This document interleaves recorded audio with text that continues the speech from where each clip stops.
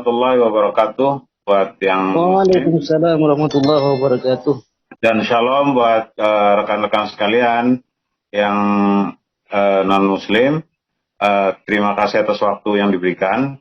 Dalam hal ini saya hanya sekedar mengingatkan saja bahwa ada di bawah kakinya.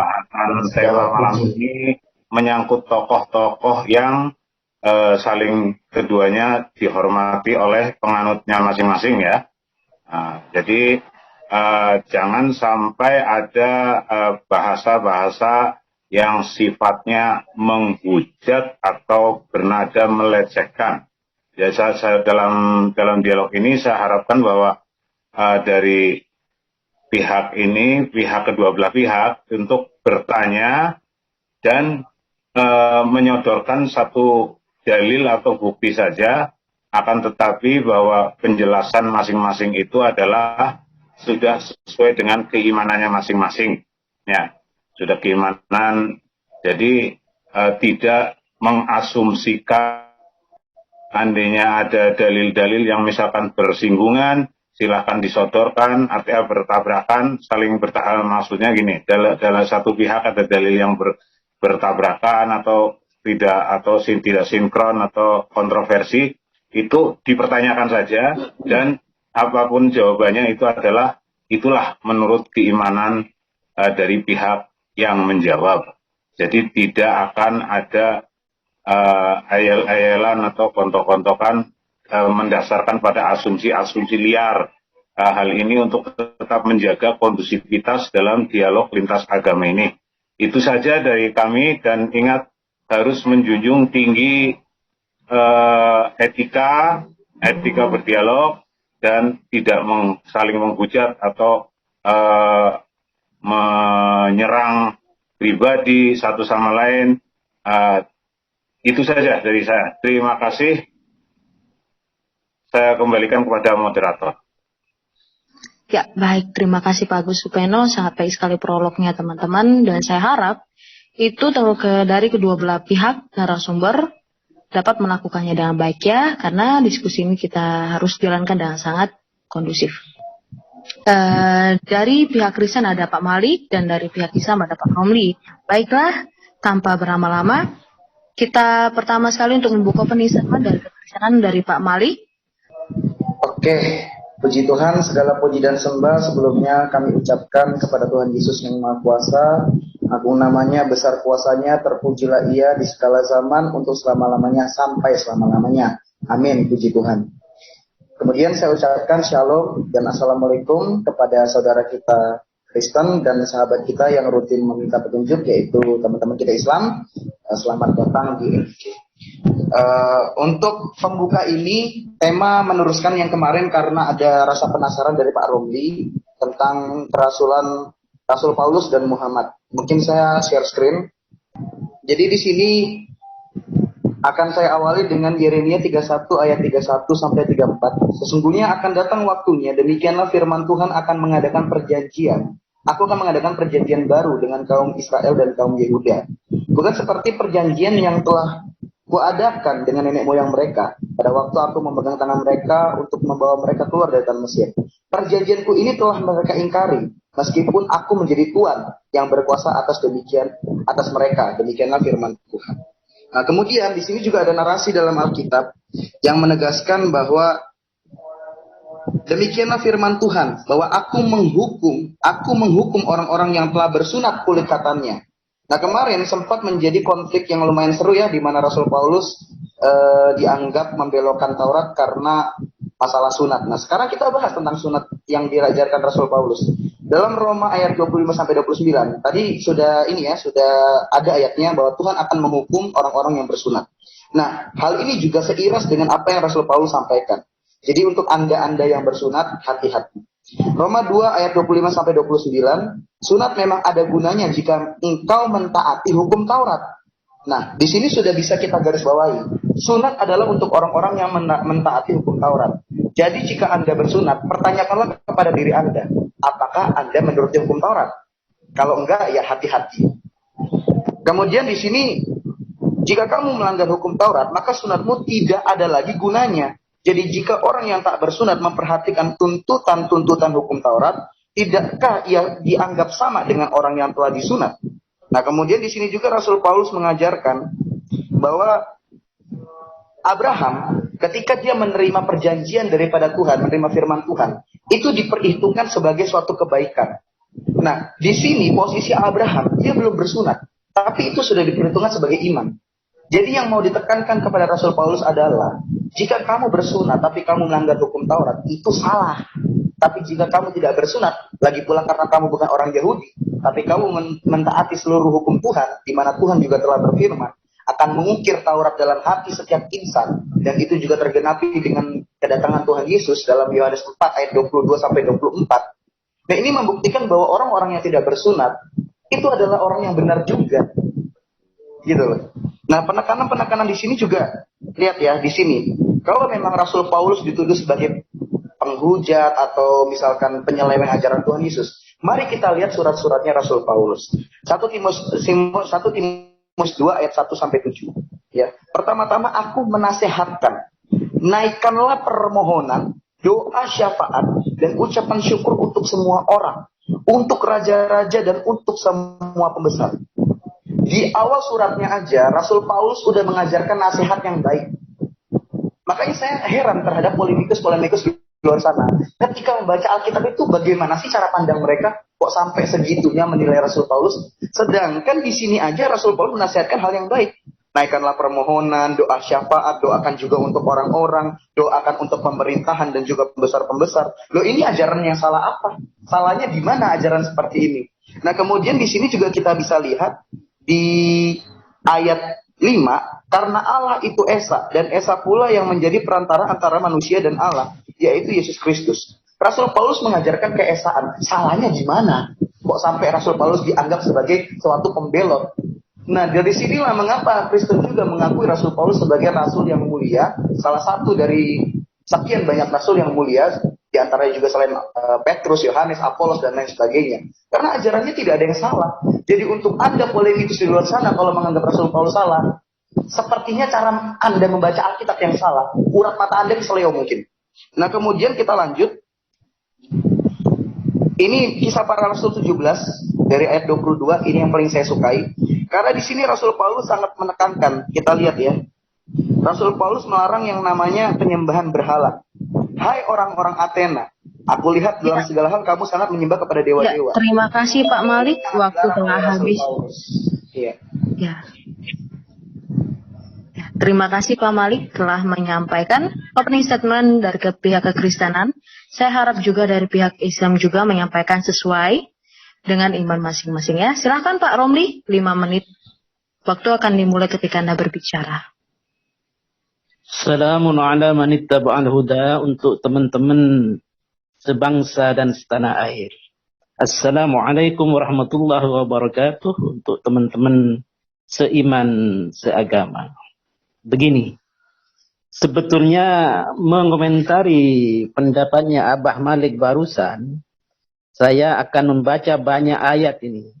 Antara lain Kejadian 17:10, Lukas 2:21, Imamat 12:3, Kejadian 21:4, Kejadian 17:13, Kejadian 17:14, Kisah Para Rasul 7:51, Yohanes 7:22, bandingkan dengan Galatia 5:2. Terus banyak ini. Namun sebelum membahas itu, saya akan membahas perspektif kata Nabi dan Rasul. Karena itu poinnya kan. Nah, berdasarkan kitab Syarah Al-Aqidah At-Tahawiyah halaman 180, juga di dalam kitab Tanbiqat Saniyah halaman 9, bahwa perbedaan antara Nabi dan Rasul itu dalam perspektif Islam tentunya, karena ini dari akar kata bahasa Arab. Kalau Nabi itu ialah seorang laki-laki yang diberi wahyu tetapi tidak untuk disampaikan kepada umatnya. Dan sebagian banyak daripada Nabi itu adalah mengikuti syariat Nabi-Nabi sebelumnya. Kecuali Nabi Adam, ya kan.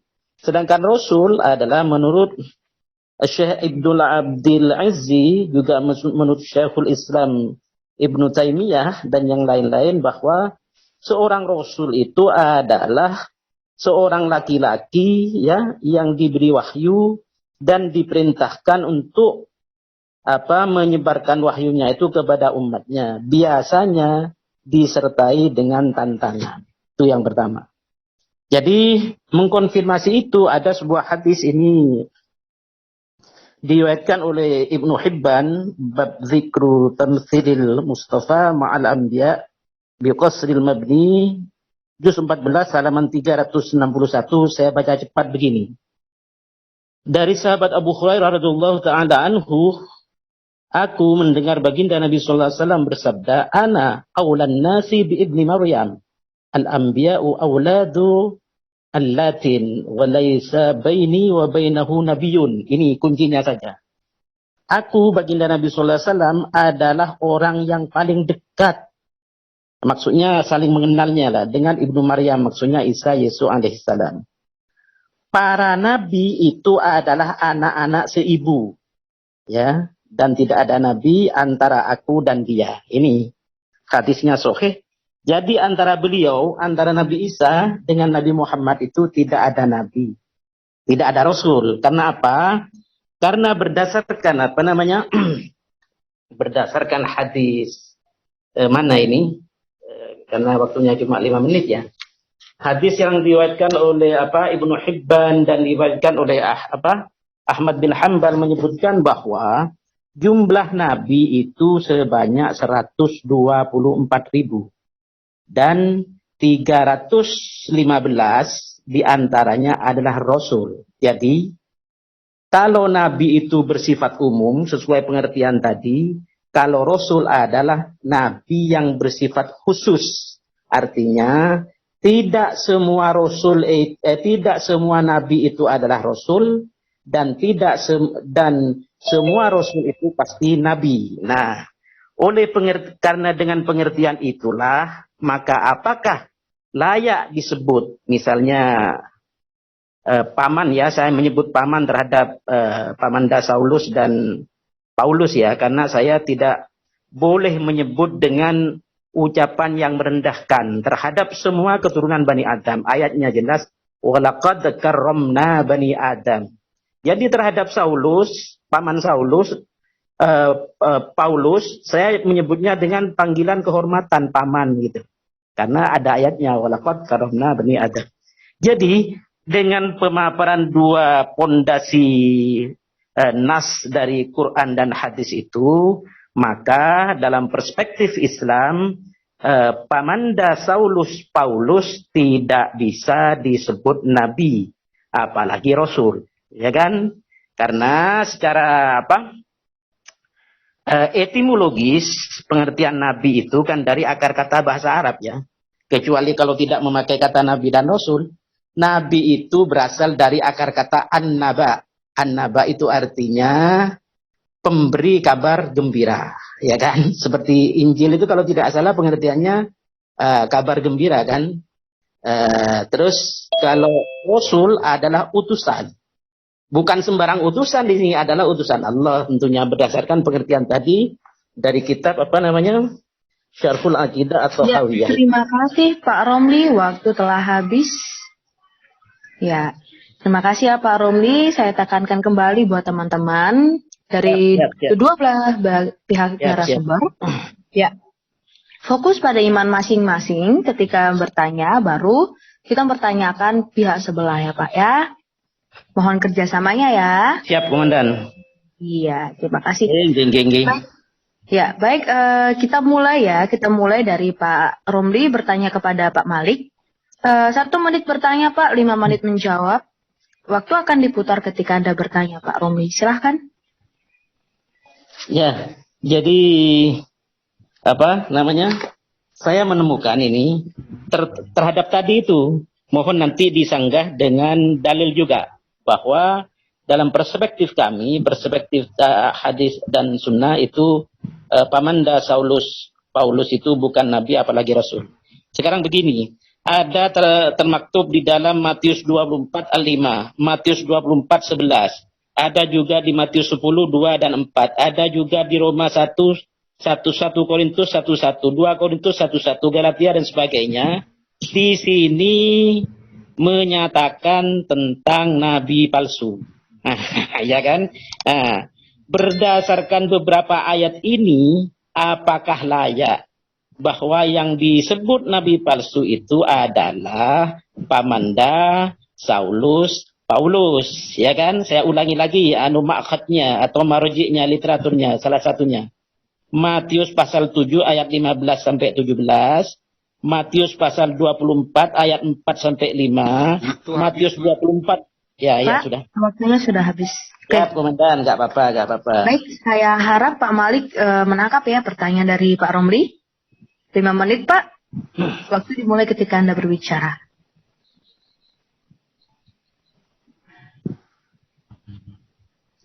Halo, Pak Malik. Halo. Ya. Oke, saya ingin mengomentari sedikit ya. Tadi katanya jarak antara siapa? Nabi Isa dan Paman Muhammad itu tidak ada rasul. Nah, sedangkan dalam Quran sendiri ada namanya istilah Hawaria, yaitu murid-murid Tuhan Yesus atau murid-murid Isa. Nah, kita lihat di sini, Hawaria itu artinya apa? Rasul, Nabi. Jadi dia bilang jaraknya tidak ada rasul itu perlu dipertanyakan lagi, Pak Romli. Tapi nggak apa-apa, kita sebentar. Menurut siapa Hawaria itu? Maaf Pak Romli, biarkan Pak Malik untuk menjelaskan. Mohon maaf. Ya. Hawaria itu adalah bahasa Amharik atau bahasa Ethiopia yang teradopsi dalam bahasa Arab. Nah, alhamdulillahnya juga masuk dalam Quran. Makanya ada istilah Hawariyun, yaitu murid-murid atau pengikut Nabi Isa. Nah, ternyata Hawaria itu artinya apa, Pak? Rasul. Nah, Bapak bilang jarak antara Isa dan Paman Muhammad itu tidak ada rasul. Nah, coba Anda pertanyakan lagi ke diri Anda. Itu yang pertama. Kemudian yang kedua, ketika kamu mengutip satu ayat, misalkan kayak tadi di Matius berapa, itu disebutkan, dibacain ayatnya, supaya kita paham di mana kontradiksi yang menurutmu, mungkin berdasarkan apa kita juga nggak tahu, kita bisa jelaskan itu, yang mana kontradiksinya. Nah, yang jelas, apapun tuduhan yang mengatakan Rasul Paulus adalah nabi palsu, ya jelas enggak tuh.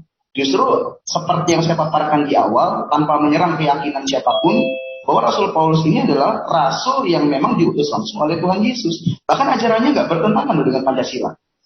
Seperti yang termaktub dalam mana tadi? 1 Timotius 2 ayat 1-7. Sebab Allah itu Esa, Pancasila ketuhanan yang Maha Esa. Ini udah seiras. Dengan Pancasila aja nggak bertentangan, apalagi dengan ajaran Tuhan Yesus. Karena Pancasila ini kan ajarannya ajaran kasih. Dasarnya ini kan ajaran yang cinta damai, kasih, tidak ada peperangan, tidak bawa pedang, tidak bawa pasukan berkuda. Nah, nggak tahu ya kalau sampai di mana. Nah, inilah makanya tidak ada persyaratan yang memenuhi bahwa Rasul Paulus ini adalah nabi palsu, nggak ada. Malahan Rasul Paulus menekankan sunat itu memang berguna bagi orang yang mengikuti hukum Taurat. Tapi orang yang melanggar hukum Taurat, ya biar kamu sunat dipotong sampai habis, ya nggak akan rontok bersama. Seperti kemarin yang sudah kita bahas. Nah, hal ini juga serupa kepada Pak Romli. Harusnya kita bertanya ke diri sendiri, apakah ketika Anda sunat, Anda sudah melakukan hukum Taurat? Yang notabene-nya sunat ini ditulis atau termaktub dalam hukum Taurat itu sendiri. Jadi bagaimana kalau Anda yang bukan berbudaya Yahudi atau bukan mengikuti Taurat tapi disunat? Gitu. Ini yang perlu kita jelaskan dan perlu kita tekankan supaya kita sama-sama sadar. Selain cuma bisa menuduh Rasul Paulus sebagai nabi palsu, koreksi diri masing-masing. Apakah sudah benar syariat yang sudah saya lakukan? Atau jangan-jangan ini iman buta yang didasari dengan dogma agama? Kan seperti itu. Masih panjang ya waktu saya. 2 menit 45 detik, puji Tuhan. Iya, seperti yang dikatakan dalam perjanjian lama, bahwa Tuhan akan menghukum orang-orang yang bersunat. Ini firman Tuhan langsung. Loh. Orang-orang yang bersunat, hati-hati Anda yang bersunat, koreksi diri Anda, apakah Anda sudah benar di hadapan Tuhan. Karena di hadapan Tuhan yang sempurna, di hadapan Tuhan yang benar, tentu hanya di hadapan Tuhan Yesus, pencipta seluruh alam. Nah, sekarang ketika Anda mengatakan saya disunat, maka saya sudah melakukan perintah Tuhan. Apa perintah Tuhan yang Anda lakukan? Sedangkan Tuhan sendiri akan menghukum Anda orang-orang yang bersunat. Makanya ditegaskan lagi oleh Rasul Paulus. Abraham ketika dia mempercayai firman Tuhan, itu bukan ketika dia sudah sunat. Justru dia percaya dulu, beriman dulu, dia mau menerima Tuhan dengan segala firman-Nya, dengan segala janjinya, walaupun pada saat itu dia sadar, saya sudah tua, saya nggak mungkin bisa punya anak, tapi dia tetap tekun. Nah inilah iman seperti yang diwariskan kepada Kristen. Kita percaya bahwa seperti yang Tuhan Yesus firmankan dalam Yohanes, berbahagialah orang yang tidak melihat namun percaya. Punya saya ya? Bukan, ini masih waktu saya. Halo? Berbahagialah Punya saya gak enak orang yang melihat, yang tidak melihat namun percaya. Yaitu iman terhadap orang-orang, terhadap Kristen dan para rasul. Kenapa Pak? Sinyalnya punya saya tak? Enggak. Cek, suara saya masih jelas kan? Iya, barusan hilang-hilang. Terus Bah. Intinya adalah tidak ada kategori yang bisa dimasukkan bahwa Rasul Paulus ini adalah Rasul palsu. Rasul palsu itu kalau sebelum dia menjadi Rasul, dia orang baik-baik, kemudian setelah dia menjadi Rasul, berubah menjadi pembunuh. Nah ini perlu kita pertanyakan nih, gimana kok dia bisa sampai berubah karakter yang tadi baik menjadi buruk 180 derajat, bahkan 360 derajat mungkin. Itu aja dari saya, sekian terima kasih. Ya, terima kasih Pak Malik. Setelah menjawab pertanyaan dari Pak Romli, sekarang giliran Pak Romli untuk giliran Pak Malik untuk bertanya kepada Pak Romli. 1 menit bertanya, 5 menit menjawab. Silakan Pak Malik, tolong diraiskan biar dibuka. Ya, silakan Pak Malik. Ya, kalau pertanyaan saya gini, semua manusia tidak akan luput dari dosa, kecuali Tuhan Yesus yang datang menjadi insan yang mulia. Nah, kalau memang sudah semua manusia ini adalah tempatnya dosa, selalu berbuat dosa, bahkan sering berbuat dosa sampai minta ampun atau minta petunjuk supaya diampuni dosanya. Nah, kalau memang begitu artinya ini tidak terkecuali siapapun termasuk Nabi dan Rasul. Pertanyaan saya simpel aja. Sebutkan 10 dosa Muhammad. Oke. Cukup. Sebutkan 10 dosa Muhammad. Sudah ya? Ya, silakan Pak Romli dijawab 5 menit. Waktu dimulai ketika Anda berbicara. Matur sembah nuwun. Tadi yang 5 menit Abah Malik Ferguson tidak pernah menjawab pertanyaan saya yang awal. Misalnya tentang Nabi Rasul. Misalnya tentang Hawariyun. Saya tegaskan ya. Hawariyun, Nabi, Rasul itu bahasa Arab. Bahasa Quran, bahasa hadis. Artinya Hawariyun itu serancang sebangun dengan Nasoro. Artinya penolong ya. Silakan buka Kamus Munjid atau Lisanul Arab atau Kamus Bahasa Arab dari Krapia itu. Itu yang pertama. Yang kedua, mengenai jadi kalau pengertian Nabi dan Rasul itu Pamanda Saulus Paulus tidak termasuk, ya otomatis ajarannya wong dirinya sendiri sudah tidak termasuk dalam jajaran Nabi dan Rasul. Bagaimana pula dengan ajarannya? Ya pasti tertolak lah. Itu secara logika. Yang kedua, begini, mengenai dosa barusan itu. Kalau bagi semua manusia adalah berpeluang untuk berbuat dosa, kecuali baginda Nabi Muhammad SAW saja yang tidak pernah akan berbuat dosa karena mempunyai sifat maksum, artinya terjaga dari perbuatan dosa. Begitu. Jadi kalau apa dosa baginda Nabi 10, satu saja nggak ada. Bahkan baginda Nabi itu dengan kehormatannya bisa memberikan syafaat untuk menggugurkan dosa siapa saja. Salah satunya syafaatnya melalui salawat Fatih. Barang siapa membaca salawat Fatih sekali saja dengan syarat yang 10, niscaya akan menghapus dosa semua 100.000 alam raya ini beserta isinya. Termasuk dosanya baginda Yesus, termasuk dosanya Pamanda Saulus Paulus, termasuk dosanya Paman Abah Abdul Malik Ferguson, begitu loh. Jadi pertanyaannya itu salah. Justru baginda Nabi dengan keagungan sholawat fatihnya akan menghapus semua dosa-dosa kita. 100.000 alam raya beserta isinya. Begitu apa Malik? Coba yang ini. Tadi masalah apa itu? Masalah nabi palsu ya. Nabi palsu itu silakan misalnya begini. Ini misalnya saya baca, karena banyak ini ciri-cirinya nabi palsu yang mengalamat kepada seseorang. Misalnya ini ya. Menyamar sebagai murid Yesus. Matius 7 ayat 15. Menyalahgunakan nama Yesus. Matius 24 ayat 5.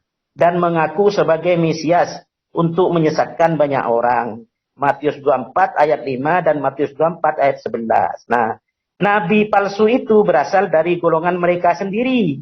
Yaitu dari bangsa mereka sendiri, yakni bangsa Yahudi, bukan bangsa lain. 1 Yohanes 2 ayat 18-19. Terus hanya ada satu orang Yahudi yang berani mengaku sebagai utusan Yesus. Terbuka kedoknya dalam beberapa suratnya. Suratnya. Siapa yang sering mengirim surat? Roma ya, Roma 1 ayat 1. 1 Korintus ayat 1 pasal 1 ayat 1. 2 Korintus pasal 1 ayat 1. Galatia 1 ayat 1. Efesus 1 ayat 1. Filipi 1 ayat 1. Kolose 1 ayat 1. 1 Timotius 1 ayat 1. 2 Timotius 1 ayat 1. Dan Titus 1 ayat 1. Nabi palsu itu terang-terangan mengaku telah menerima wahyu melalui pernyataan Yesus. Galatia 1 ayat 11-12. Bahkan Kristus telah bersemayam dalam dirinya. Galatia 2 ayat 20. Dengan predikat seperti itu, sang nabi palsu berani memberitakan Injil yang lain dalam tanda kutip. Galatia 1 ayat 8. Dengan Injil yang lain itu, sang nabi palsu berani menantang malaikat Tuhan. Aku kawat ini. Katanya malaikat dari surga pun akan terkutuk jika memberitakan Injil yang berbeda dengan Injil yang lain miliknya. 2. Banyak ini. Ya, saya baca karena waktunya masih ada ya. Menganiaya, menyiksa dan membunuh para pengikut Yesus. Matius 24 ayat 9. Nanti dibantah dengan dalil Abah Ferguson. Nabi palsu itu berterus terang dengan waktu habis. Ya wis. Moderator tolong pay attention ya untuk waktu. Ya, sekarang giliran Pak Romli bertanya yang pertama ya, Pak Romli kepada Pak Malik. Ya, 1 menit. Dimulai. 1 menit ya, 1 menit ya. Ya begini aja. Pertanyaan saya tidak dijawab ya. Kedua, Profesor. Oh, yang kedua ya. Ya, silakan Prof. 1 menit saya ya. Ya. Pertanyaan saya tidak dijawab karena frase Nabi Rasul Hawariyun itu Nasoro itu berasal dari serapan akar kata bahasa Arab, maka pengertiannya harus dari bahasa Arab juga. Berdasarkan pengertian itu baik dari kamus maupun dari terminologi, sehingga apakah bisa dikatakan bahwa Pamanda Paulus itu termasuk bagian dari 124 nabi, 24.000 nabi? Ya, itu jawab dengan dalil.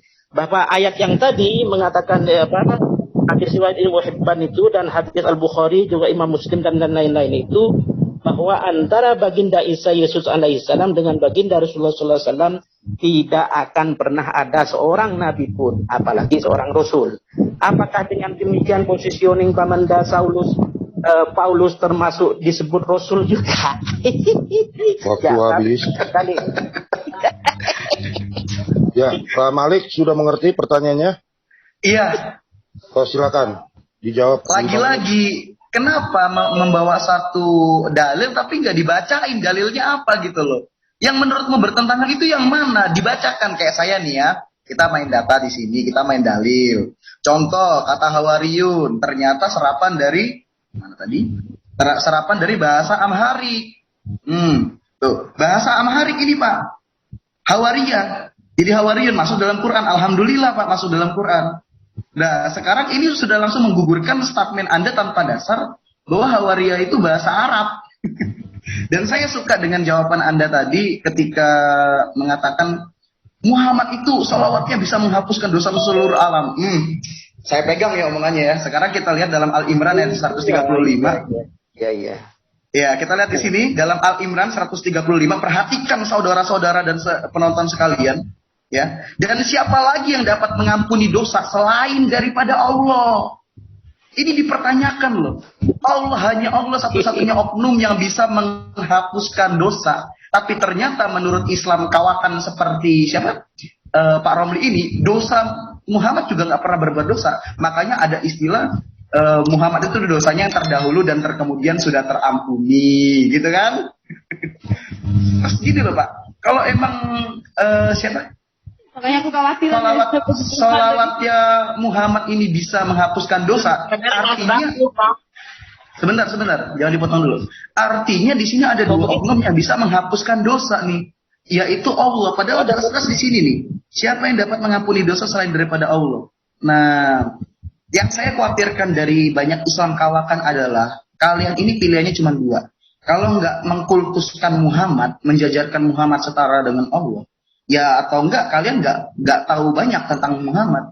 Makanya kalian sampai nggak tahu dosa-dosa Muhammad apa aja. Nah, sekarang ketika Bapak mengklaim bahwa Rasul Paulus ini adalah nabi palsu, dalilnya aja nggak Bapak bacain. Kalau mau, mari bacakan dalilnya, mari kita evaluasi bersama, studi kasus. Gitu loh, dibacain dulu dalilnya. Nah sekarang ya, kita masuk lagi nih. Semakin malam semakin seru. Kenapa saya bilang sebutkan 10 dosa Muhammad, yang kemudian Bapak bilang, oh Muhammad ini nggak pernah punya dosa. Lah kalau nggak punya dosa, kenapa ada istilah dalam Islam dosanya Muhammad sebelum dan sesudahnya itu sudah terampuni? Gitu loh. Kok bisa ada manusia sesuci dewa, sesuci Allah, padahal hanya Allah yang maha suci, yang hanya dia tidak berdosa, terus kemudian tiba-tiba Muhammad ini tidak berdosa. Loh kok bisa? Bahkan semua manusia nih Pak ya, semua manusia itu lahir disentuh setan termasuk Muhammad. Hanya dua manusia yang tidak disentuh setan, yaitu Isa dan Maryam. Kenapa saya tadi mengatakan bahwa menanyakan 10 dosa Muhammad? Karena 10 hukum Taurat itu adalah 10 larangan yang sebenarnya tidak boleh dilanggar. Pertanyaannya apakah Muhammad tidak melanggar hukum Taurat? Kalau saya rasa Muhammad sudah melanggar semuanya, termasuk dari hukum pertama, jangan ada bagimu patung untuk disembah. Nah, kalau saya sih seperti itu ya, memandangnya silakan disanggah. Seperti inilah contoh patung berhala. Nah, gitu. Masih ada waktu? Iya, masih ada. Oke, masih panjang. Perlu Anda ketahui, dalam Quran sendiri, semua manusia adalah kotor dan berdosa. Cuman lahir doang fitrah. Bahkan semua manusia dalam Maryam ayat 71 sampai 72 nyemplung ke neraka. Saya nggak tahu Muhammad ikut nyemplung atau tidak ya. Tapi di situ dikatakan semua orang. Nah sekarang ketika Anda terlalu mengkultuskan seseorang atau nabi, ya efeknya akan seperti itu. Lihat. Bahkan Anda mengatakan salawatnya Muhammad bisa mensucikan dunia bagaikan cucian piring membandel yang dicuci dengan mama lemon cuma 1000. Gak gitu konsepnya. Dan mengingat tadi Al Imran ayat 135, hanya Allah Pak, nggak ada terkecuali. Nah makanya saya mempertanyakan kemarin tuh waktu sama Al Hidayah, syirik atau musyrik adalah satu-satunya dosa yang tidak terampuni, yaitu menyekutukan Allah. Dalam hal apa? Menyekutukan Allah dalam posisinya, menyekutukan Allah dalam kewibawaannya, menyekutukan Allah dalam kuasanya. Sedangkan dalam Quran jelas-jelas hanya Allah yang bisa menghapus dosa. Itu Quran versi ini ya, Utsman ya. Oke lah kita turutin dulu. Nah, kenapa tiba-tiba Muhammad jadi bisa menghapus dosa begini? Apakah Allah sengaja membuat musyrik atau membuat syirik untuk menjadi tandingannya sendiri yaitu Muhammad? Lagi pula ingat ya Pak, kembali kepada studi kasus yang kemarin sudah saya bahas. Rasul atau Nabi ini, tarafnya itu hanya seperti kurir ekspedisi atau bartender yang tugasnya itu cuma nganterin kopi atau nganterin barang. Kok bisa bartender atau kurir ekspedisi ini punya kuasa untuk menghapus dosa seluruh dunia gitu ya? Waktu sudah habis Malik. Oke. Nah, giliran sekarang Malik. Ini pertanyaan keberapa Malik? Kedua, ketiga? Kedua Malik ya? Oh, ya. Baru bertanya kedua kan Malik ya? Ya 1 menit dimanfaatkan ya Malik ya. Silakan Malik, 1 menit. Halo Malik. Reset dulu. Halo Malik. Oh, ke-mute dia, ke-mute. Halo. Ya, ya. Ya, tadi kenapa saya tidak menjelaskan tentang Rasul Paulus dan dalil-dalilnya, karena sudah saya jelaskan di awal. Tapi masih dibahas dan membahasnya itu tidak menyebutkan dalil, gitu loh. Nah, sekarang pertanyaan saya yang masih sama, sebutkan 10 dosa Muhammad. Kalau emang nggak ada nih, kalau memang benar-benar Muhammad dianggap suci, bahkan bisa menghapus dosa, ya udah, artinya kedudukan Muhammad, silahkan Anda nilai sendiri, penonton. Saya nggak akan berani bilang Allah itu adalah Muhammad atau Muhammad ini setara dengan Allah, nggak akan saya bilang seperti itu. Biarkan kalian sendiri yang menilai dari statement Pak Romli bahwa Muhammad ini bisa menghapuskan dosa seluruh alam semesta, bahkan sampai beda universe itu bisa dihapuskan. 8 planet, 1 alam semesta, 196 pulau, 807 negara, 7 miliar manusia, itu dosanya bisa terhapus semua oleh Muhammad. Nah, coba Pak Romli diselesaikan dulu Al-Imran ayat 135 dengan Muhammad ini yang katanya sejajar dengan Hajar Aswad bisa merontokkan seluruh dosa seperti cucian piring memandel yang dicuci dengan mama lemon cuma 1000.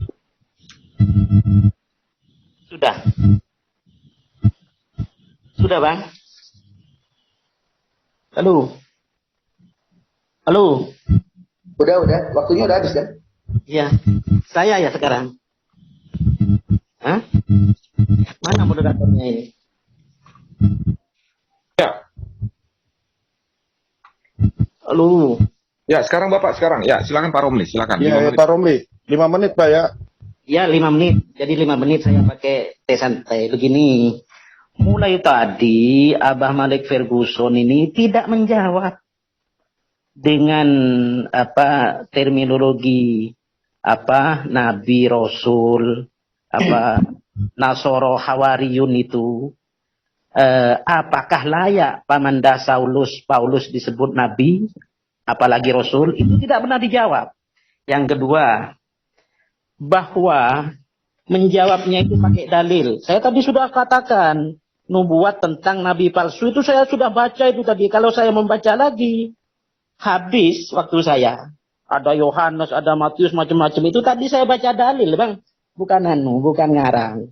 Itu yang kedua. Yang ketiga masalah fadilah sholawat. Ya, fadilah sholawat itu saya tidak pernah mengatakan.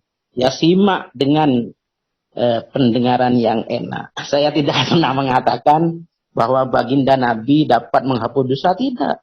Tetapi yang saya katakan, dengan keagungan sholawat fatih ya, maka keagungan sholawat fatih ya, bukan baginda Nabi yang menghapus dosa, membacanya dengan syarat yang 10 akan menghapus dosa 100.000 alam raya beserta isinya. Saya baca ini maksudnya. Kalau panjenengan tadi kan tidak pernah membaca dalil Al-Quran surat Maryam wariduha, enggak pernah. Kalau saya akan pernah membaca di ini dalam kitab Mu'tabarah namanya. Kitab yang terakui di dalam dunia keislaman, Al-Fawdur Rabbani, halaman yang ini 55 dari baris pertama. Wa annal marratal wa annal marratal wahidata minha ma'a syurutiha al-ashrah law duribal alam mi'ata alfi marratin wa qusimat salatuhu alaihim lakaffarat jami'a dzunubihim. Ini sudah.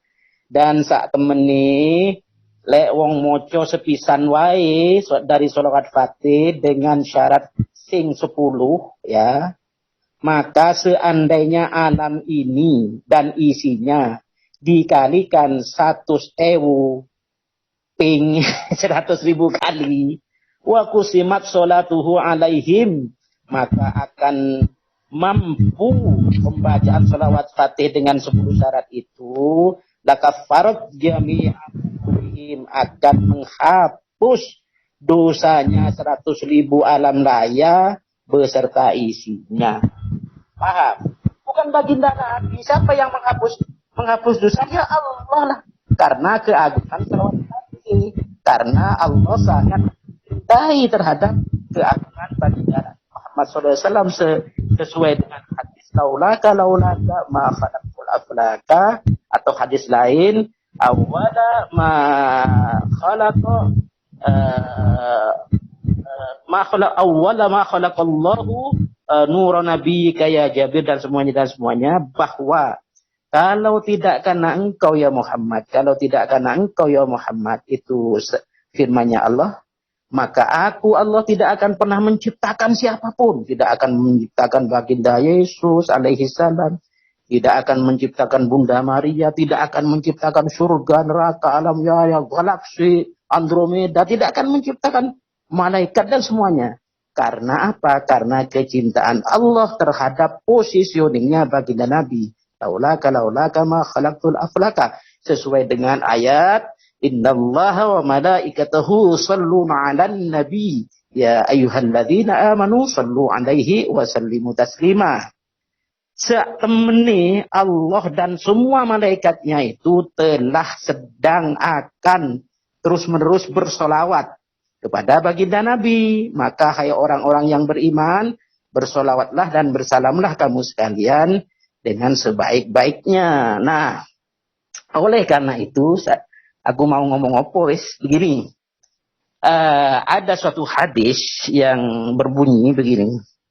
Kuntu nabiyyan wa adama bainal ma'i wat-tin. Saya sudah menjadi nabi, kata baginda Nabi, sementara waktu itu Adam masih campuran antara ma dan tin, antara air dan lumpur, artinya belum diciptakan. Itu hadis At-Tirmidzi, hadis sahih ya kan. Disambung lagi dengan kitab Rimah Hizbur Rahim juz 2 halaman 493 kalau tidak salah, ada begini. Waktu habis, Pak. Maaf, waktu sudah habis. Terima kasih Komandan. Terima kasih Komandan. Ini terakhir Pak Romli bertanya 1 menit, ya, dimanfaatkan waktunya ya Pak. Ya. Saya bertanya ya.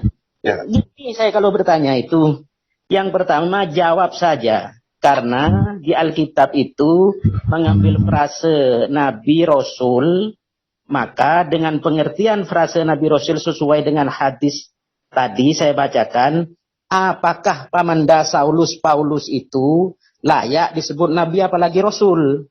Dalam pengertian itu loh. Kecuali tidak memakai kata Nabi dan Rasul, silakan. Saya tidak bertanya, ya pakai kata-kata yang lain. Yang kedua, dengan ayat-ayat yang saya baca tadi, apakah itu tidak tertuju kepada Pamanda Saulus Paulus sebagai Nabi palsu?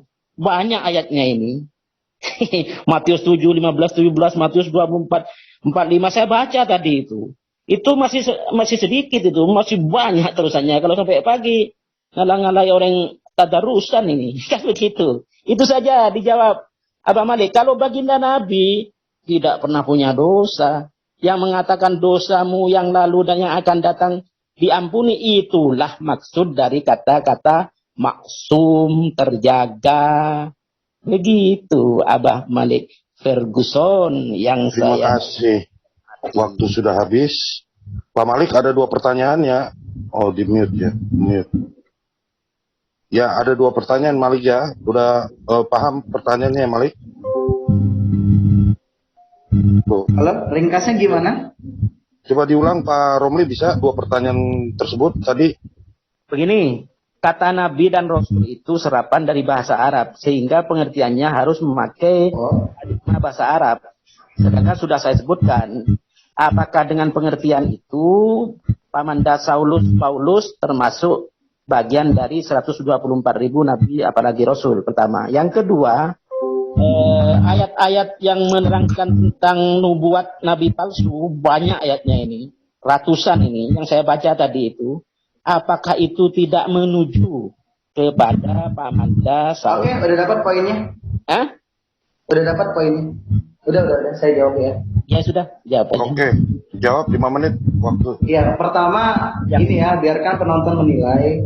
Ketika saya minta, ini biarkan penonton yang menilai ya. Ketika saya suruh Pak Romli bacain ayatnya, yang dia baca itu pasalnya, bukan ayatnya.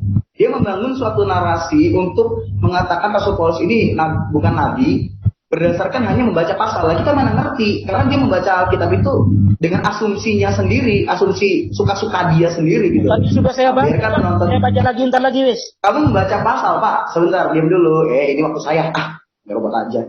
Kamu itu baca pasal, bukan baca ayatnya. Kalau baca ayatnya misalkan salam dari Rasul Paulus, aku ingatkan kepadamu, berdoalah syafaat, doakan para pembesar-pembesar dan raja-raja, Sebab biarkanlah orang mengetahui kebenaran. Kebenaran apa itu? Bahwa Allah itu Esa, dan Esa pula yang menjadi manusia, perantara manusia dengan Allah, yaitu Tuhan Yesus Kristus. Kan begitu, itu baru baca ayat. Sedangkan kamu itu baca pasal. Dan ini masih diperdebatkan lagi. Orang udah kelar kok.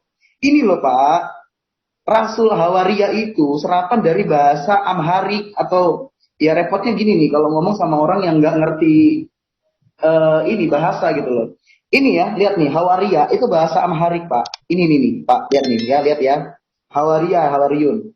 Artinya Rasul, Pak. Terus kalau Bapak pertanyakan Rasul Paulus ini adalah termasuk 124 Rasul, lah itu kan perspektif kamu.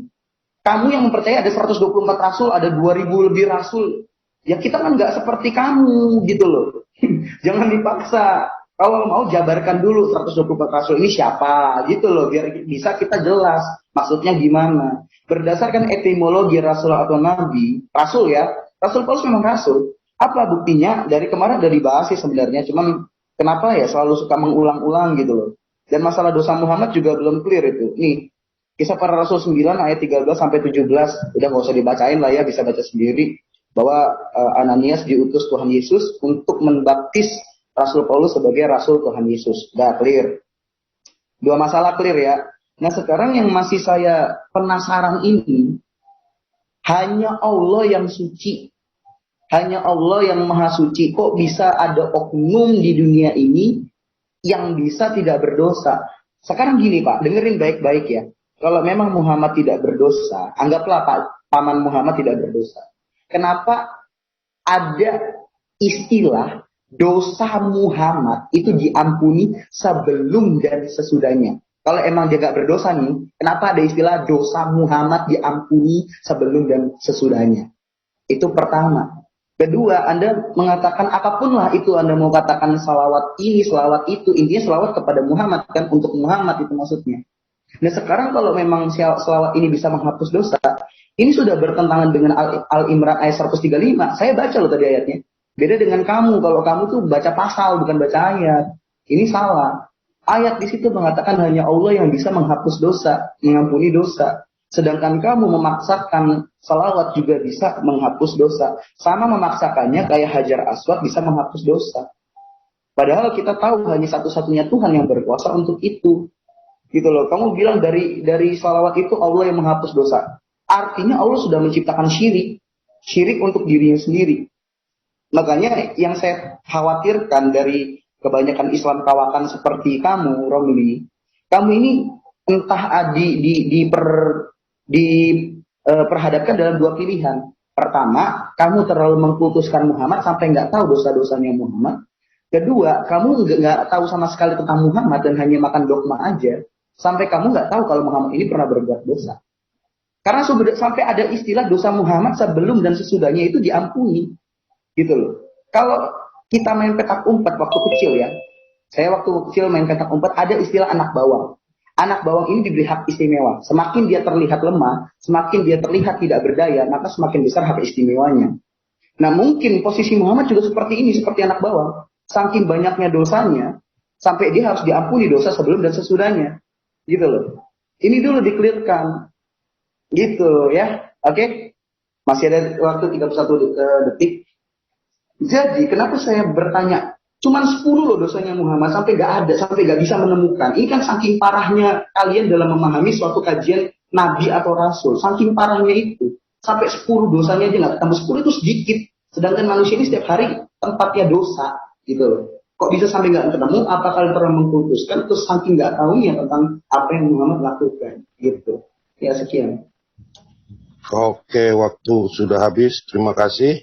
Ini Malik udah 3 kali nanya, Ustadz Romli. Maaf tadi Ustadz Romli saya mute karena waktunya Pak Malik itu biar nggak diinterupsi, biar kita jelas. Maaf ya Pak Romli ya, karena aku tadi mute Bapak karena waktunya Malik tadi Pak ya. Terima kasih. Kalau Pak Romli tadi udah 3 kali nanya, sama-sama udah masing-masing 3 kali nanya ya? Saya masih 2 kali. Oh 2 kali. Iya, karena tadi gini, emang tadi openingnya kan dimulai dari sekali. Ya, Oke, sekarang baru sekarang Malik bertanya 1 menit kepada Pak Romli, silakan waktu dimanfaatkan 1 menit. Ini 3 kali ya terakhir berarti ya? 3 kali, Ya. 3 kali. Ya. Ini yang terakhir, Iya. Pak. Pertama, biasakanlah ketika membawa narasi, itu jangan cuma baca pasal, tapi dibaca juga isi ayatnya, supaya kita bisa menganalisa studi kasus yang ada di ayat-ayat itu. Sedangkan kamu dari tadi, Romli, hanya membawa baca pasal 1 Titus 1 Korintus ini. Wah, repot kalau kayak gitu. Gimana kita bisa tahu mindset kamu dalam membaca ayat ini? Seperti yang saya katakan statement di awal, ini para polemikus sebenarnya baca Alkitab kayak gimana sih? Apa salah urat apa gimana gitu loh. Sampai bisa membaca ayat-ayat yang diilhamkan Roh Kudus kepada Rasul Paulus ini dengan segitu melencongnya gitu loh. Sangat memprihatinkan ketika kalian membaca Alkitab sampai seperti itu, mengenaskan kalau saya lihat. Itu yang pertama, ketika baca ayat, baca isi ayatnya, jangan cuma pasalnya.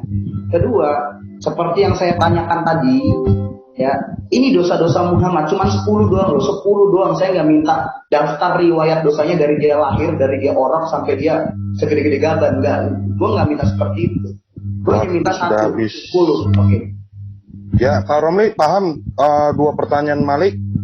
Itu sangat Apa, Malik? paham, sangat paham. Silakan Pak Romli dimankan 5 menit waktunya. 5 waktu ya, nggak apa-apa. Begini, Abah Malik Ferguson mulai tadi nggak pernah menjawab pertanyaan saya.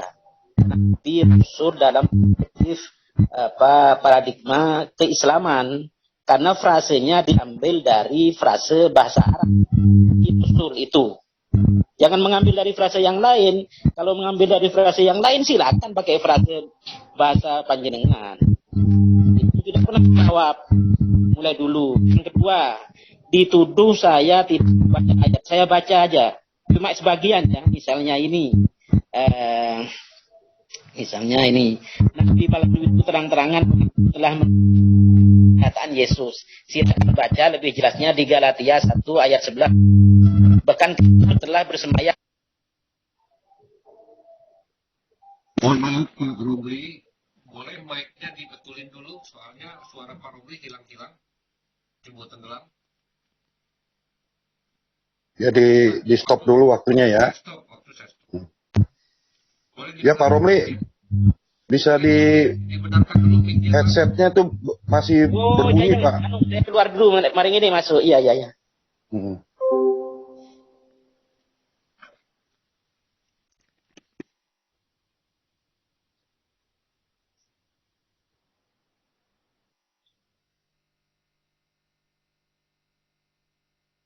Ya, Yohana, gimana Yohana? Udah bisa, Yohana? Halo, Yohana? Ya, halo. Udah bisa kedengeran? Enggak, Sinyalmu udah bagus belum? ini udah sampai mana? Ini Pak Romli bertanya terakhir nih, menjawab terakhir, langsung ke battle. Nanti diusahakan pada saat battle itu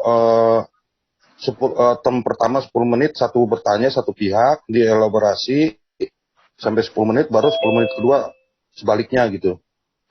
Oke.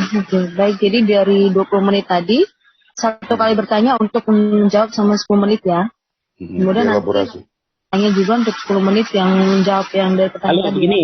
Saya lanjutkan, tinggal berapa menit? Begini. Yang pertama, Abah Malik Ferguson mulai tadi gak pernah menjawab pertanyaan saya. Bahwa Nabi Rasul itu dari paradigma Arab, bahasa Arab. Jadi pengertiannya menurut paradigma bahasa Arab. Sedangkan menurut pengertian bahasa Arab, Nabi itu adalah seorang laki-laki yang menyampaikan menerima wahyu dan tidak diwajibkan menyampaikan kepada yang lain, tetapi mengikuti syariat Nabi-Nabi sebelumnya. Sedangkan Rasul itu adalah seorang laki-laki yang sehat, ya, tidak ayan, tidak cacat, yang menerima wahyu, tetapi untuk disampaikan kepada umatnya biasanya disertai tantangan. Nah, dan dikonfirmasi oleh satu hadis tadi dari Ibnu Hibban itu bahwa antara baginda Nabi Yesus alaihi salam dengan baginda Nabi besar Muhammad sallallahu alaihi wasallam tidak ada terdapat seorang nabi apalagi rasul, ya. Dengan dua pendekatan secara keislaman itu, karena frasenya dari frase keislaman, maka apakah patut dimasukkan Pamanda Saulus Paulus itu termasuk bagian dari 124.000 nabi apalagi rasul gitu.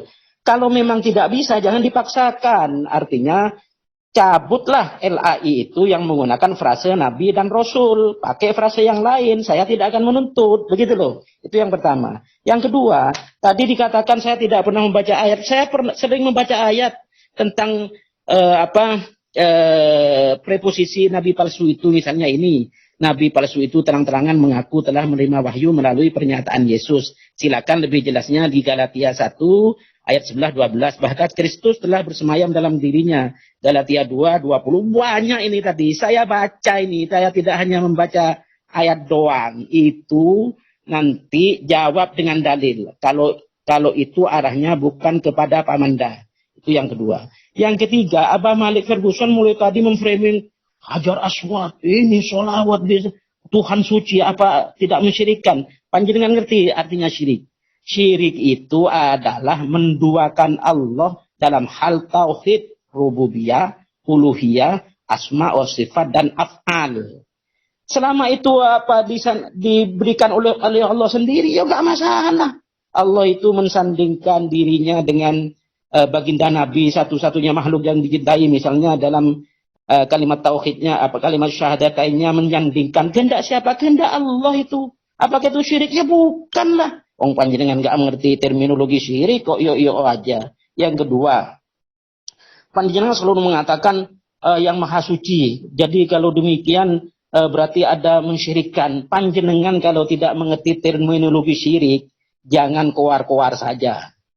Yang selanjutnya, panjenengan kalau berdialog jangan memakai diksi yang cenderung memancing amarah orang. Saya mulai tadi gak pernah ngomong kamu, gak pernah saya. Walaupun saya bisa lebih keras dari panjenengan. Saya selalu memanggil panjenengan, Abah.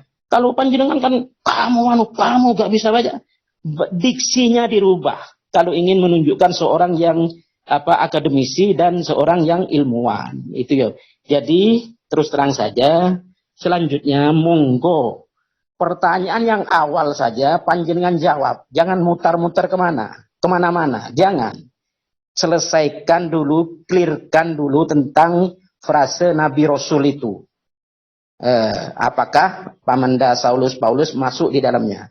Yang terakhir, kalau panjenengan tidak mengerti frase dan terminologi dari maksum, jangan langsung memframing. Itu namanya framing buta, tanpa ilmu. Tapi ngotot, itu disebut ngengo, ngawur, ngeyel, ngotot. Jadi frase maksum itu artinya terjaga. Maksudnya bagaimana? Semua dosanya yang telah lalu dan sedang dan yang akan datang. Terima kasih Pak Romli, waktu telah habis. Sangat baik sekali dalam menjawab. Ya, tadi kebetulan Pak Romli itu mental karena sinyal. Tadi sempat dibahas mengenai sesi battle ini, Pak. Jadi sesi battle ini selama 20 menit itu pertanyaannya per 10 menit itu satu pertanyaan, Pak. Jadi lontarkan satu pertanyaan dan akan dijawab sama 1 menit, Pak. Begitu juga sebaliknya akan juga digunakan oleh Pak Malik seperti itu juga. Bagaimana Pak Romli? Bisa dipahami? Iya. Saya ikut saja walaupun kurang begitu paham. Ikut aja, wis. Ya, terima kasih ya Pak. Sebagai untuk contohnya agar Bapak bisa paham, saya mulaikan dari Pak Malik dulu untuk bertanya satu pertanyaan yang akan Bapak jawab selama 10 menit. Silakan Pak Malik. Usul dong moderator. Ya. TikTok aja kayak waktu saya sama Hidayah, dijamin kok gak bakal saya yakin Pak Romli udah dewasa dan saya juga dewasa. Iya. Kita bisa berjalan. Baik. Ya, baik. Terima kasih kalau itu udah kesepakatan antar narasumber, jadi TikTok ya. Jadi yang memulai Pak Malik atau Pak Romli? Silakan aja. Silakan Pak Romli dulu atau saya dulu ya. 25 menit aja dulu kan. Nanti ditambah lagi 5 menit. Dharma, gimana? Iya, 25 menit aja, Mon. Sebentar ya Pak Romli ya, sebentar ya. 25 menit aja, Mon. Sampean 25 menit. Bukan, kita berdua, Pak. Kita berdua. Oh iya, siap komandan. Iya. Ya, teman-teman, sesi battle kali ini menjadi 25 menit. Saya harap kondusif dan saling tajam menajamkan dengan data yang ada ya. Silakan waktu dimulai ketika Anda berbicara. Siapa dulu, Pak Romli dulu atau saya dulu? Saya dulu, gak apa-apa. Boleh, Ya, silakan Pak Romli. TikTok ini ya Pak ya, TikTok ya. Ya, jawab saja tadi pengertian Nabi Rasul itu dalam paradigma Arab kan. Jadi, apakah Pamanda Paulus masuk di dalam 124.000? Monggo, Pak. Oke, sekarang saya tanya dulu sebelum saya masuk ke pertanyaan kamu, Bapak ya. By the way, kamu itu kan kata bahasa Indonesia yang baku, jadi nggak ada salahnya kan ya Pak, saya menggunakan kata kamu, betul? Ya gak apa-apa sudah. Oke, sip ya. Oke. Ya wes. Nah, sekarang gini, menurut Bapak, konsep Rasul dan Nabi ini seperti apa? Tadi saya sudah sebutkan dari Ibnu Taimiyah, dari Abdul Izzi dalam kitab Syarhul Aqidah At-Tahawiyah halaman berapa itu, bahwa Nabi adalah seorang laki-laki yang menerima wahyu, tetapi tidak disampaikan kepada umatnya, tetapi mengikuti syariat Nabi sebelumnya.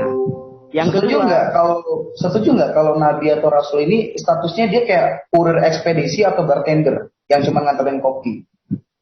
Tidak, bukan itu. Masa itu terlalu merendahkan posisi Nabi dan Rasul. Jadi saya lanjutkan begini. Rasul itu pengertiannya seorang laki-laki cerdas, tampan, cemerlang, macam-macam, menerima wahyu, tetapi disampaikan kepada umatnya disertai tantangan. Sedangkan dalam hadis Ibnu Hibban dan Bukhari Muslim disebutkan bahwa antara masa baginda Yesus alaihi salam seorang nabi itu dengan baginda Nabi besar Muhammad sallallahu alaihi wasallam itu tidak pernah ada seorang nabi dan rasul pun. Itu loh maksud saya. Sehingga dengan pendekatan yang sekarang gini, Rasul itu abdi bukan? Apanya? Rasul itu sama dengan abdi bukan? Abdi. Abdul. Rasul itu secara terminologi utusan, tetapi utusan ya, Tuhan, tapi benar gak dia abdi? Nabi. Hah? Benar gak dia abdi? Benar gak dia abdi? Apa maksudnya abdi? Abdi, Abdul. Oh iya, semua manusia itu Abdul. Nah ya sudah. Sudah apa? Kalau dari sini kita bisa menarik kesimpulan, artinya ibaratkan Rasul ini hanyalah pesuruh Tuhan.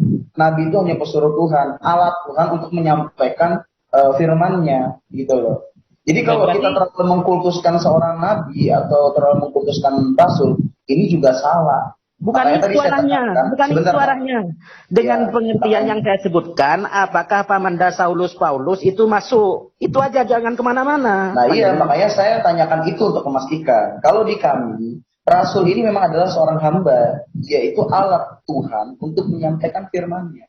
Dan Rasul Paulus memang bertugas seperti itu. Makanya saya katakan Rasul Paulus ini salah satu rasul yang kami muliakan, yang kami akui di antara. Kalau menurut sampean berarti cabut saja LAI, tidak usah menggunakan frase Nabi dan Rasul, karena itu frasenya dari kami. Loh, bukan itu frase bahasa Arab Pak, bukan frase dalam Quran. Siapa yang ngomong Quran? Ya Nabi Rasul kami itu menunjuk ke siapa? Frase Nabi dan Rasul itu adalah paradigma dalam keislaman, bukan paradigma. Nabi itu serapan dari bahasa Ibrani. Nabi itu serapan dari bahasa Ibrani itu Nevi. Nevi itu pelihat, yaitu hamba Tuhan yang diberikan penglihatan atau wahyu. Begini. Masuk ke dalam bahasa Arab jadi Nabi, gitu loh. Sampean buka Lisanul Arab, ya. Lisanul Arab kata Nabi itu dari An-Naba. Atau di Munjid itu yang ngarang non-muslim. An-Naba. Bukan, Anda harus tahu terminologi kata Nabi ini serapan dari bahasa Ibrani, yaitu Nevi. Saya katakan, dari sebutkan sampean itu, dasarnya, kamusnya apa? Kalau saya kan menyebutkan. Makanya tadi saya juga menunjukkan kata Hawaria. Hawaria itu serapan dari bahasa Amharik. Yang ternyata sampean itu mau lari kemana-mana. Nah, begini loh. Hawariyun ini itu. Contoh bukti. Begini. Dalil. Begini, dengarkan. Ya. Kalau sampeyan berpendapat bahwa An-Naba itu dari bahasa Nebi'im, atau kitab Ketubim, ya, tunjukkan. Itu bukan pendapat, Pak. Itu fakta. Tunjukkan kamusnya. Salah satunya juga kata Hawaria itu, Pak. Hawaria itu padanannya Nasoro. Lihat di Munjid. Hawaria itu dari bahasa Amharik artinya rasul. Tunjukkan kamusnya. Kamusnya. Itu barusan saya udah share screen. Makanya ketika orang menjelaskan, Kan itu mohon bukan diperhatikan, kamu. Pak. Cuma kata-kata sampean Terjemahan tulis itu saja. Pak, itu terjemahan Kamus. yang sering kita pakai juga ini lihat ya. Loh, kalau cuma begitu sampean kan cuma ngarang itu, sebutkan kamusnya, Loh, kok kita ngarang? Ini apa halaman berapa begitu loh. Kayak saya itu tadi Ngarang ini loh Pak, halaman hadisnya terjemahan sebutkan. Indonesia ke Amharik Pak. Ya itu menurut kitab siapa, karangan siapa, Oh, halaman menurut berapa. kitab Kalau begitu kan siapa? siapapun bisa. Loh Ini iya kan? terjemahan Pak, terjemahan. Dalam buku apa, kitab apa, kamus apa. Kalau cuma ngarang begitu, masuk Loh, anakku bisa. Ini Google terjemahan yang sangat familiar. Oh Google sampean itu. Waduh ruwet ini. Ini didengarkan orang-orang semua ya. Jadi Loh, Pak. rujukannya sampean itu Google ya. Aduh ruwet. Salahnya apa? Makanya, Salahnya kalau apa? sampean cuma rujukannya Google, mengartikan Quran Loh, ini era surat keterbukaan, waduh. Makanya gini loh, Pak. Di era keterbukaan karena panjenengan ini, cuma kita menunjukkan dari Google. menggunakan Sudah. teknologi untuk Ini diketawain mempermudah. semua orang. Referensinya Loh, sampean di- Google ternyata. Ya sudah, itu kelasnya Kok sampean. di-framing? Dalam era keterbukaan Sampean kita sudah. menggunakan Kalau teknologi. saya kan menunjukkan ini, Udah. saya mau tahu kitab-kitab saya foto tak? Ya itu kan kitab Mengira Bapak. Sekarang kita sampean. berdasarkan kitab Anda atau berdasarkan fakta? Loh, jangankan fakta, wong sampean ajar referensinya Google kok gimana Loh, ini bicara era fakta? keterbukaan, ini era maju, Pak. Kalau Ya, Bapak menolak Google, ditertawakan anak saya sampean ini. Kalau referensinya itu Google ya. itu era keterbukaan, era kemajuan. Bapak juga harus menolak Zoom. Bapak juga harus menolak kuota internet. Bukan soal itu masalahnya. Karena kuota Kalau internet itu sampean membuat cuma Anda lebih mengandalkan tahu. Google atau aplikasi sementara sampean tidak punya kitab aslinya, tersesat. Buktinya sampean tadi mengatakan Quran surat Maryam ayat 7172 wariduha itu Anda mau dari bahasa dipaksakan dengan manapun bisa atuhul, padahal menerjemahkan itu ke al-urut. situ. Kalau mau tahu kitab saya ya, sebentar saya mau masuk ke anu lagi ini. Ya apa caranya masuk ke Zoom ini sebentar. Jadi menurut Anda perkembangan teknologi itu salah? Bukan itu maksudnya. Loh, Kalau Google sampean itu cuma perkembangan mengandalkan teknologi, Google ya, Pak. tidak mempunyai kitab aslinya, ya tersesat. Kalau saya, Terus sekarang pakai referensi yang benar dari Google salah? kalau sampean dari Google harus punya kitab munjid Ya itu kan atau kitab referensi. kamus Bapak aslinya. punya Karena itu bukunya tersesat. langsung Buktinya, sampean tadi mengatakan Harus punya bukunya langsung. Sekarang Quran saya surat tanya, Bapak Maryam punya Alkitab nggak? ayat 7172 itu salah. Itu kalau Bapak cuma punya dari Alkitab Google. nggak? Kalau saya Bapak punya punya Alkitab nggak? banyak Alkitab. ini. Sebentar saya foto ya. Ini. Terus pas tadi Bapak ngutip tentang pasal-pasal tadi itu dari Alkitab langsung apa dari Google? Iya ini saya punya Alkitab sebentar. Saya mau masuk ke Zoom nggak bisa ini. Kalau gitu saya tanya sama Bapak, coba sebutin ayatnya yang tadi Bapak kutip kalau emang benar-benar dari Alkitab. Ini Alkitabnya sampean. Ini semua itu. Nah iya, terus Ya. kan Bapak tadi mengutip ayat-ayat Alkitab. Iya. Coba sebutin, Ya, itu. coba Pak dibuka ayatnya Pak di Alkitab itu. Saya baca lagi ya di Alkitab sampean ya. Ya silakan. Puji Tuhan, kita lihat ya penonton sekalian, Pak Romli membaca Alkitab. Satu Ya, langkah ya, kecerdasan yang maju sekali dari Pak Romli. Puji Tuhan. Kenapa saya kalau membaca Alkitab? Ya nggak apa-apa, bagus Pak. Mantap, lanjutkan Pak. Begini. Saya suka. Ya. Saya suka Pak Romli sering baca Alkitab. Lanjutkan. Ya, gini aja. Ya, coba. Bacakan Pak. Kalau dibacakan ya banyak ini. Begini Ya aja. dibacakan monggo, ayatnya dibaca monggo. Ya, wis. Cari. Kita lihat penonton sekalian, apakah Pak Romli benar-benar Di bisa Matius mencari ayat 7. itu? Di Matius 7 ayat 15, ya. Seseorang itu menyamar sebagai murid Yesus. Bacakan ayatnya. Bacakan ayat. Kalau membaca aja, kalau saya salah, berarti bisa dibantah. Ya. Kalau saya mau membaca Alkitabnya sampean, Bapak yang membawa ayatnya, ya harus Bapak bacakan dong. ntar saya cari ya. Sampean ini menyita waktu ini. Monggo Pak, silakan. Nah ini bukti bahwa Pak Romli tidak benar-benar membaca Alkitab secara langsung, tapi dari Google, dari teman-temannya di Bukan. WhatsApp. Apanya Google ini loh? Ya udah silakan baca ayatnya, cari di Alkitab. Share ini dibuka kameranya. Ayo. Pak Romli ini saya kira bijaksana tapi mantap juga mau baca Alkitab. Puji Tuhan Pak. Lanjutkan Pak. Ayo Pak, dicari Pak ayatnya Pak. Semangat Pak, ngopi Pak. Jangan lupa ngopi. Semangat Pak, baca terus Pak ayat Alkitab. Ini Alkitabnya ya, saya baca ya. Ya. Halo. Halo. Dengar ya? Dengar. Ya. Mana Pak? Ini, Pak? Mana Pak? Ini ada telepon masuk anunya sudah ini. Di Matius 7 ya, 15 ya. Jangan kamu yang 15 ujian. Waspadalah terhadap nabi-nabi palsu yang datang kepadamu dengan menyamar seperti domba, tetapi sesungguhnya mereka adalah serigala yang buas. Dari itu tahu nggak yang berbicara kan? Siapa? Tahu nggak yang berbicara siapa? Woi.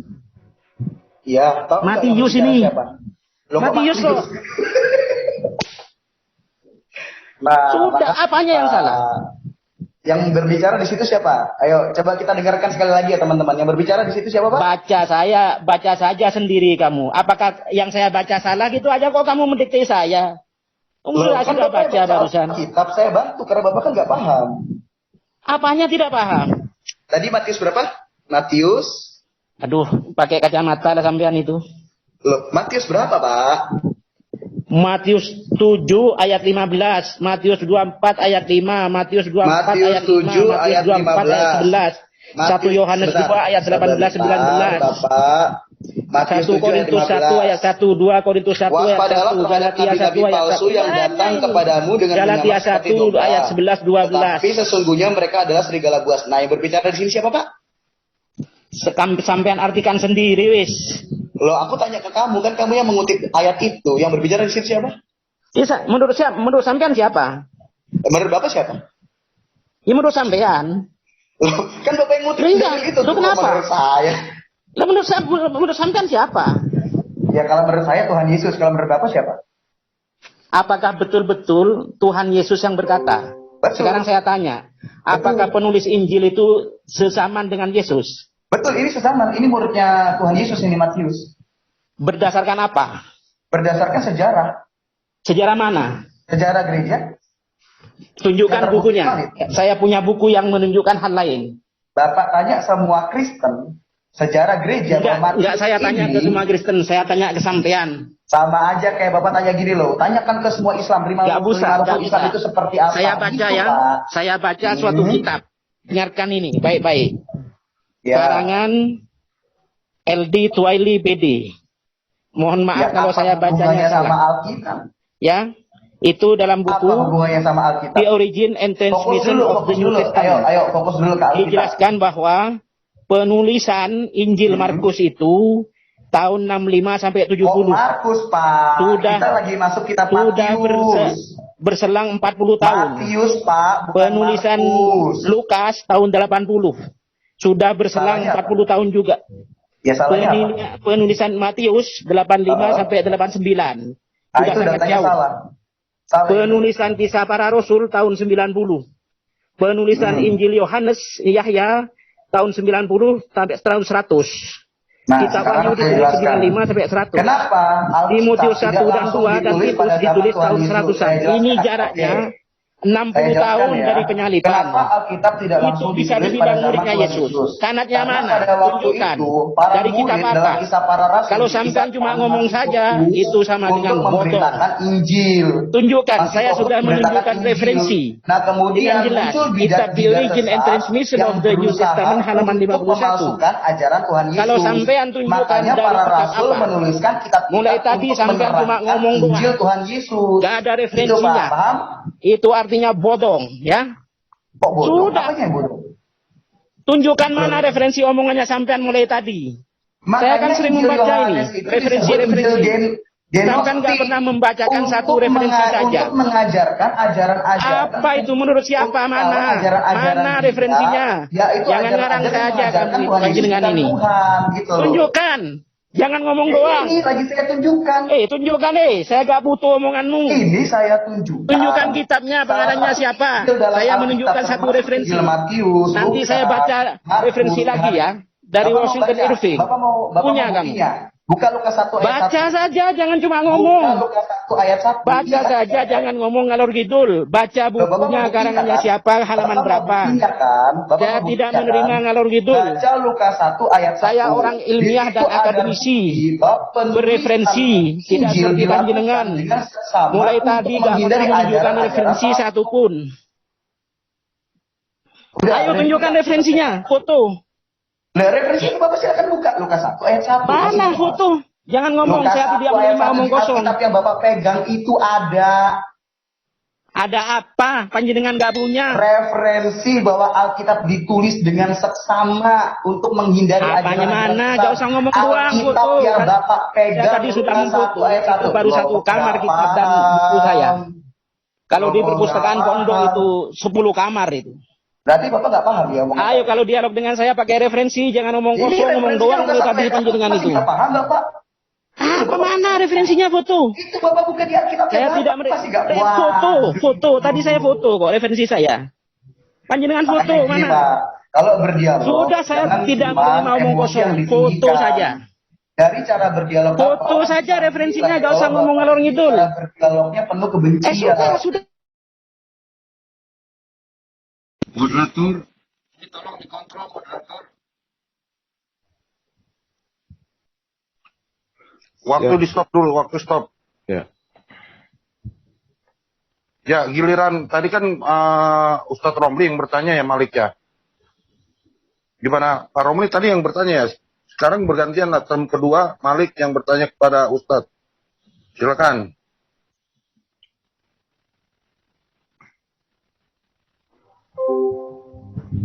Halo, mana Ustaz Romlinya masih ada? Bentar, biar saya buka. Di mute Pak. Ya tadi Jangan mute begitulah. enggak Pak, tadi kita Saya mute. juga di mute. Oh, sudah kalau gak adil begini kan Gini, Pak. saya bisa keluar. Saya juga di mute. Tadi kita Saya mute juga di semua, Pak. mute. Bentar, saya suaranya panjenengan kecil, saya keluar dulu masuk lagi. Ya, tadi kan Malik yang menjawab ya. Tadi pertanyaan dari Pak Romli ya, udah ya. Ya, term kedua 10 menit yang terakhir ini untuk dielaborasi pertanyaan Malik. Nanti Pak Romlinya, kalau udah masuk. Sisa 8:40. Nah, Nanti ditambah 5 menit aja Pak. Ditambah 5 menit aja. Halo, Pak Romli? Ya, Pak Romli, suara kita jelas, Pak. Saya kok sering di mute begitu, Rek. Saya Tadi- juga di tadi- mute. tadi- Saya juga di mute. Ya, bentar ya. Pak Romli tadi itu semuanya itu di mute kok Pak. Jadi karena tadi itu sedikit tidak kondusif terlihat. Jadi ya kita mute aja dulu. Kita Ya, mulai ya Pak ya. Kita ulang ya 8 menit ini tadi ya. Di sisanya ya Pak. Begini. Permintaan saya begini. Tolong kalau berbicara Abah Malik Ferguson dengan referensi, jangan dengan omong kosong. Itu saja. Ya, kita harapkan dari kedua narasumber sama-sama membawa referensi. Jadi saya tidak menggunakan satu sama lain ya Pak ya. Iya, saya Terima banyak kasih, berapa Pak. kamar itu. Ya, baik. Jadi 8 menit ini Pak dimohon dipergunakan dengan sebaik-baiknya. Baik dari Pak Malik dan Pak Romli ya. 8 menit tolong kembali ke tema kita mengenai Rasul Muhammad, kerasulan Paulus dan kerasulan Muhammad ya Pak ya. Baik. Teman-teman di menit tadi sisa waktunya tadi tolong dipergunakan dengan sebaik-baiknya. Oke, sampai di mana? Tunggu timer, Sekarang saya yang timernya. bertanya kok masih lagi. Ya, bikin 15 menit lagi aja berarti ya. Apa modelnya gimana ini? Ya. Model gimana? Ya kayak tadi, tapi lebih kondusif aja Pak. Ya, Jangan terlalu 15 ngetes juga. menit ya Pak ya. Ya sudah, pokoknya Tensinya- kalau panjenengan tidak tensi kita diturunin menunjukkan aja. referensi, saya tidak jawab. Berarti panjenengan omong kosong. Udah. Wes. Jadi saya mohon banget, bentar ya Pak Malik, saya mohon sekali Pak Romli dan Pak Malik sama-sama kondusif, sama-sama membawa dalil masing-masing ya Pak Romli Iya, buku. Jangan dari Pak Google Malik, loh. ya. Jangan dari online loh. Rawan distorsi itu. Pak, Iya. iya, ya saya Udah, himbau kasih lagi dulu, ya kasih Pak dulu. Romli dan Pak Malik, sama-sama membawa data, baik itu secara online, baik itu punya sendiri, ya Pak ya, Jangan. tidak masalah dan tidak dipermasalahkan. Tidak, saya tolak. Kalau online, kalau Nah, tidak itu punya hak kitab Bapak, aslinya, Pak, karena itu distorsi ya, namanya. Nggak bisa. ya. Nggak bisa. Karena saya punya kitabnya, bisa menggunakan online. Kalau cuma online, itu distorsi. Contohnya. Ya udah, kalau Bapak menolak, biarkan penonton yang Ya silakan, menilai. silakan. Jadi orangnya seperti apa. Silakan. Ini. Bapak menolak Buktinya tadi, kalau cuma dari online tanpa punya kitab Romli, aslinya. saya mohon banget ya Pak ya, karena keterbatasan setiap mengartikan orang itu Quran berbeda surat Pak. Maryam ayat 71 Ya, mungkin Bapak punya Alkitab, setiap orang Cuma punya kita lihat Alkitab. Islam bagaimana Kalau punya ketika maaf, Pak. tafsir aslinya, Romli. ya bisa itu, gitu loh. Mohon maaf Pak Romli, mohon kondusif ya Pak ya, biar diskusi kita Saya enak. akan kondusif kalau referensinya jelas, bisa dari online tapi punya kitab aslinya. Kalau tidak sudah, nggak masa itu tidak ilmiah. Pak, Kalau cuma kita dari tidak online. bisa untuk begini loh Pak. Ya. Apa? Misalkan ini mengenai hadis, apakah Bapak punya 7 jilid hadis Sahih Muslim? Punya. Saya punya berapa Punya. kamar ini? Punya. Punya saya. Oh, punya. Iya. Bapak punya kitab Al-Muqaddas? Al-Muqaddas apa itu? Kitab apa Nah, itu? udah, berarti Bapak tidak bisa Oke, membawanya ya. Itu bukan Kita kitab tidak hadis bisa menekan itu. siapapun, Pak. Iya, Al-Muqaddas jadi itu bukan begini. kitab hadis. Lanjut aja, Mon. Kalau Kita kitab lanjut hadis ke itu imannya aja, Mon. Masain, macam-macam ilmu maja itu saya punya berapa kamar. Kalau Al-Muqaddas itu bukan kitab hadis Al-Muqaddas itu. kan tidak punya juga, itu salah satu juga. Al-Muqaddas kitab apa itu? Bukan kitab hadis kok. Kita lanjut ya, Mon, Pak ya. lanjut aja, Mon. Kita lanjut Bukan ya. sekarang kok. Kita lanjut ya. Apa? Sudah. Kalau cuma dari online, saya tidak lawan. Berarti panjenengan itu. Oke, saya tunjukin dalilnya. Mau saya tunjukin. Pak, diskusi kita agar lebih Apa tertib. itu? Sudah. Ayo. Kalau panjenengan mau punya kitab aslinya, misalnya Sahih Bukhari, Pak Romli, saya mohon Pak dan harus kerjasamanya. bisa membacanya sampean. Apa? Ya Pak Romli begini. Karena Begini Pak apa? Romli yang begitu baik ya dalam menyampaikan Ya, narasi, dan juga Ya. saya tahu Bapak Romli ini banyak sekali ilmu. Iya. Jadi mohon Pak, mohon dihargai keterbatasan kita. Ya. Dan kita Oh, hanya bisa dapat sumber-sumbernya itu secara online. Dan Ya. itu resmi Pak. Iya. Mohon ya Pak ya, mohon dihargai dan dihormati. Terima kasih Pak. Begini, permintaan saya yang kedua. Kalau panjenengan tidak punya kitab aslinya, cuma dari online, harus bisa voice note tag aslinya. Ayo wis. Ayo. Pak. Kita lanjut ya Pak Udah, ya. lanjut aja, Mon. 15 menit ya Pak ya. Kalau Lanjut dua aja. permintaan itu tidak bisa diterima, ayo sampean itu umat bodong, mau Pak, melawan saya. Tidak Pak, bisa. kita lanjut ya. Ya sudah. Iya Pak, saya di sini untuk berlaku netral Pak. 15 menit ya Pak ya. Tidak netral sampean. Kalau persyaratan Pak, dari saya mau kalau saya diatur-atur. mendukung Bapak, berarti saya menekan teman Enggak. saya. Kalau saya Enggak. mendukung teman saya, berarti saya menekan Udah. Bapak. Itu namanya. Kalau dua Pak. persyaratan saya Nah, di tidak sini saya dipenuhi, tidak ikut berarti campur, Pak. sampean Jadi kita itu umat fokuskan bodong saja. tapi maksa. Ya, Ya, kita fokuskan tidak saja equal untuk diskusinya diskusi itu, Bapak, ya. tidak ilmiah. Wong sampean tidak bisa baca teks Ya, aslinya. teman-teman tidak bisa kita aslinya, lihat saya mau bagaimana ada membahas. kelas berdialog. Silakan Apanya, kalian lihat sendiri, ya Pak sudah. Romli. Wong sampean itu mau dilihat apa? Wong sampean nggak punya kitab Silakan aslinya. kalian nilai sendiri Nggak Pak Romli punya. seperti Ya, apa silakan ketika dilihat ini. menyampaikan narasi. Silakan dilihat. Ya. Iya. Kalau kita kembali ke adab maaf, kalian Pak sendiri gitu sih. Pak Agus, halo Pak Ayo, Agus. tolong dong dikontrol dong anak buahnya. Loh, sampean yang dikontrol persyaratan saya jangan Pak, saya tahu. dari tadi nggak Halo Pak ngapa-ngapain. ISDN. Loh itu tanpa sampai Oke, maaf saya mute ya. Biar kondusif teman-teman. Di sini masih ada Pak Agus. Ya Pak Agus, halo. Oke, terima kasih. Saya rasa untuk dialog kali ini cukup saja karena suasana sudah tidak kondusif lagi. Jadi saya mohon maaf pada kedua narasumber, terutama Ustadz Romli. Kita cukup saja lah untuk dialog kali ini. Dan saya rasa sudah bisa diserap masing-masing oleh para penonton. Semuanya nanti kita serahkanlah hakimnya pada para penonton atau para pemirsa yang lain. Itu aja, dan saya terima kasih, saya undur diri.